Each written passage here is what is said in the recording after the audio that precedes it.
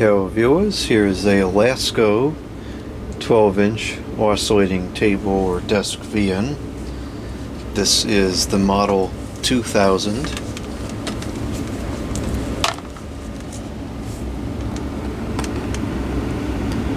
I don't know what that top number is. Here's the information's on the bottom. And it has that on there. And it also has a label of what it is. This is, or it was, my grandparents' VN. And sometime around, I would say the early 2000s, I had discovered that they had this label paper. And so I was using that label paper extensively, and for whatever reason I found it necessary to label all of the fans as to what they were. And so all of the fans I have from my grandparents around that era, which is this one, that SMC TH12, and the GE box fan 5-wing reversible one, and a handful of others, they all have those labels. And they shouldn't be there, but at the same time I can't bring myself to remove the labels because they're part of the fan's history. So there they are. I remember this fan very well. It's been in the family for over 2 decades, I guess.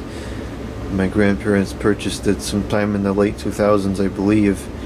There is a couple different variants of this fan. There was one that has a metal rear guard as well.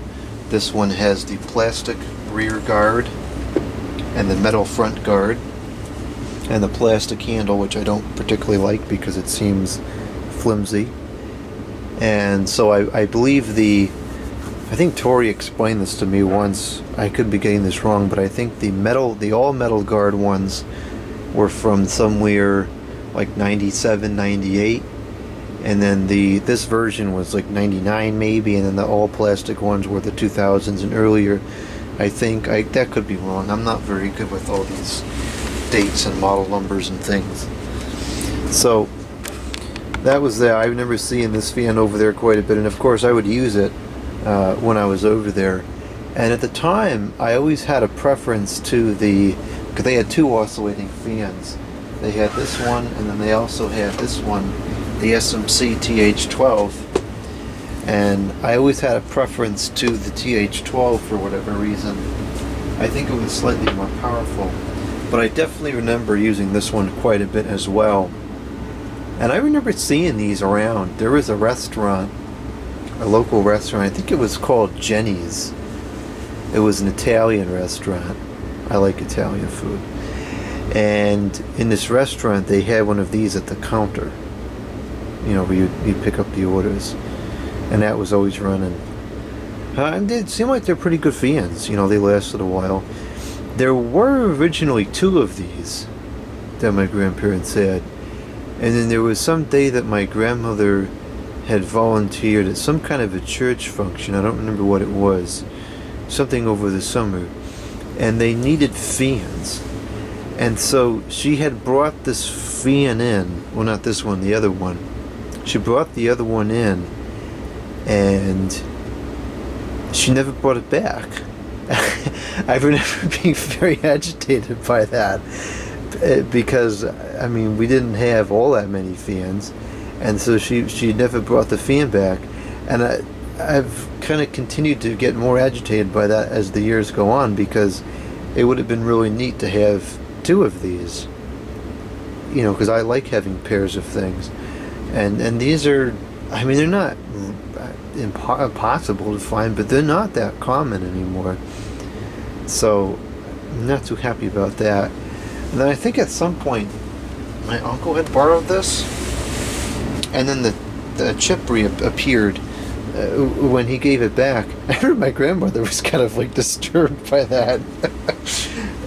It was kind of odd too, because my uncle usually takes good care of stuff, so I don't know how that happened. But anyway, so this fan has been around the block for sure, and I have a lot of fond memories with this fan over at the grandparents' house. And then I kind of stole it from them, I don't know, maybe 10 years or so ago, and I used to use it over here. When we first moved in here, the studio room was a lot different. Of course, at the time, the wall wasn't there because it was just open into the other room. And, well, there's not a wall here, but it's just a wall of junk here. This used to be all, there wasn't anything in here, this was all open. And I had a table over in that corner. It was a small, actually it was that table. And I had that table over there, and there was the only outlet in the place was over here. And there was 2 lights. This is one of them. The other one I think is somewhere under there. And the switch operated those 2 lights, and I had an extension cord that went over there, plugged in this fan, and I had this fan on the lights, on the switch with the lights, and so it would come on and off with the lights. And I always had it over there. For a while I had it like that. I don't know if there's any photographs of that or not. I gotta look around and see. I didn't really start taking a lot of photographs until, actually that would have been right around the time where I started taking a lot of photographs. I started taking a lot of photographs in like the really late 2000s. It was right before the stupid iPhone invasion. I started taking a lot of photographs, and then I kept taking photographs over the years. So I have documentation of everything else, but I don't have a lot of documentation of things before like 2010. Anyways, none of that has a lot to do with the fan. I always at the photograph spot. So let's get this fan plugged in, and let's show it running, which is probably what people came to the video for. Okay, it's plugged in. Turn the oscillations off, and we'll start it up on the 1. Make sure this camera's in the windstream. Here we go. It's got a nice quiet low. I recall this one being, I think it's a little less powerful than the TH12. It's certainly a lot slower on low. It has a really good range of speeds. And it's a nice gentle breeze. This would be really good if you had a desk, you know, and you was using this at your computer desk or something a couple of feet away.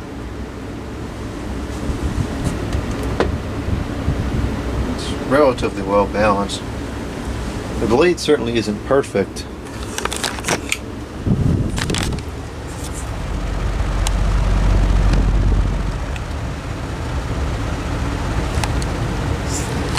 Remember, the whole thing has always been kind of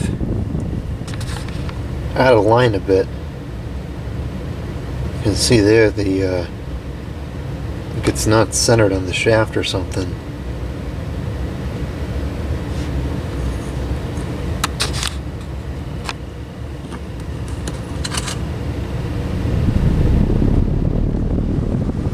It's got a nice slow low.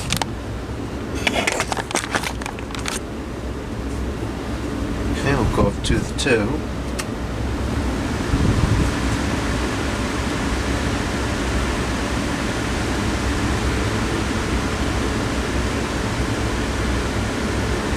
And the 3.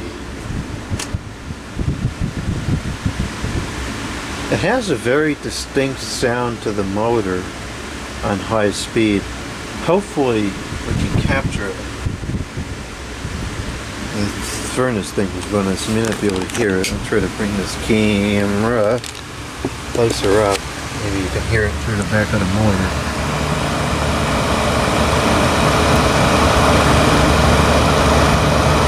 Kind of like a mid-range humming sound to it.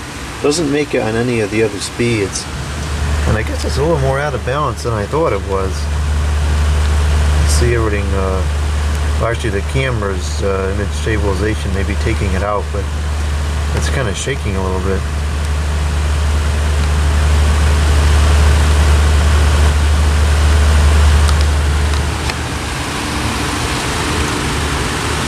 It doesn't feel all that out of balance, but I guess it must be.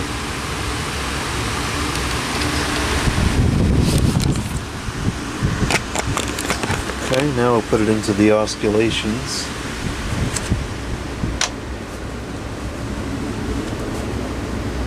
It's always, for as long as I can remember, made that kind of creaky sound when it goes one way.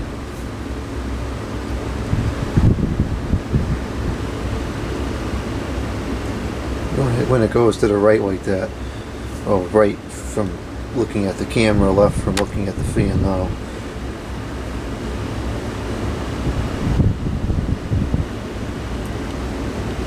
I remember my grandmother would usually put this on top of the refrigerator in the kitchen, I think. I don't know if there's any photographs of that or not. Probably not.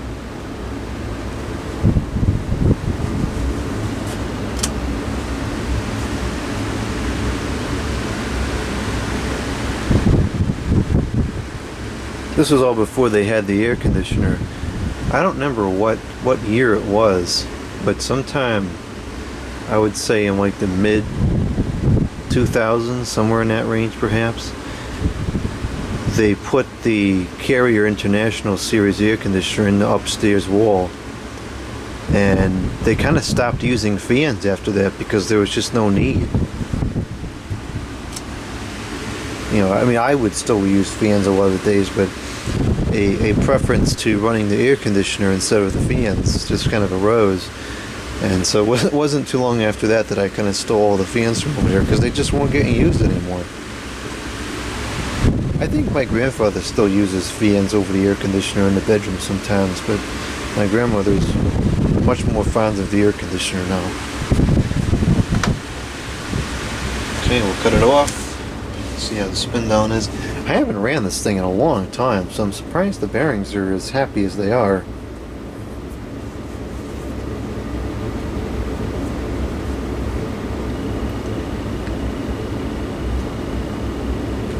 Okay, well that will conclude the Lasko 2000 12-inch oscillating table desk fan.